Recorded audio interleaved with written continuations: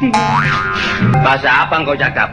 Dengan sini penyamun-penyamun semua. Siang ini kamu semua boleh berehat-rehat. Tapi digantikan dengan kerja malam. Ajan! Sedia, Cik. Engkau boleh tukarkan pakaian kau yang cantik-cantik. Engkau pergi ke kota Baghdad, cari rumah Kasim Baba. Kalau engkau sudah berjumpa dengan rumah Kasim Baba, engkau berikan tanda bangga. Paham? Ai, Cik.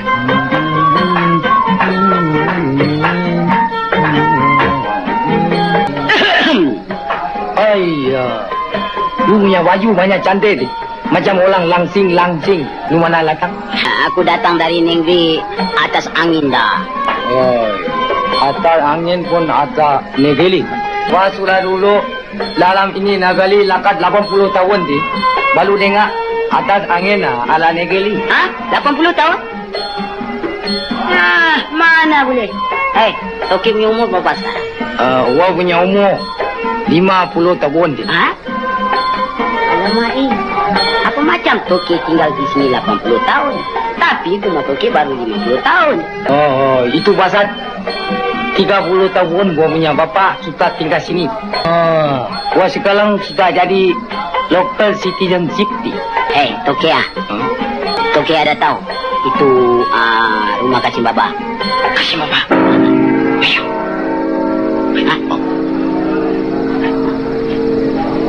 Hah? Kasim Baba. Apa pasal? Oh, tidak. Itu Kasim Baba. Aku punya bapak. Saudara dah. Ayah, wamanya kesian di. Kasim Baba sudah mati. Oh, tahu sana ni. Tahu sana. Oh, ada satu malam, satu perempuan, makanya cantik. Dia tutup dia punya muka. Dia datang gua punya kedai. Dia angkat uang emas. Dia kasih sama gua. Dia panggil gua tutup gua punya mata di. Dia angkat gua pergi dia punya rumah. Dia pikir gua bodoh. Sudah sampai dia punya rumah. Semua orang dalam rumah di macam mabuk Solo. Gua tipu lanjat. Dia panggil gua pergi jahit. Aku pergi jahit. Itu gua tengok itu Kasim Baba. Dia punya tangan satu tulung kiri, satu tulung kanan.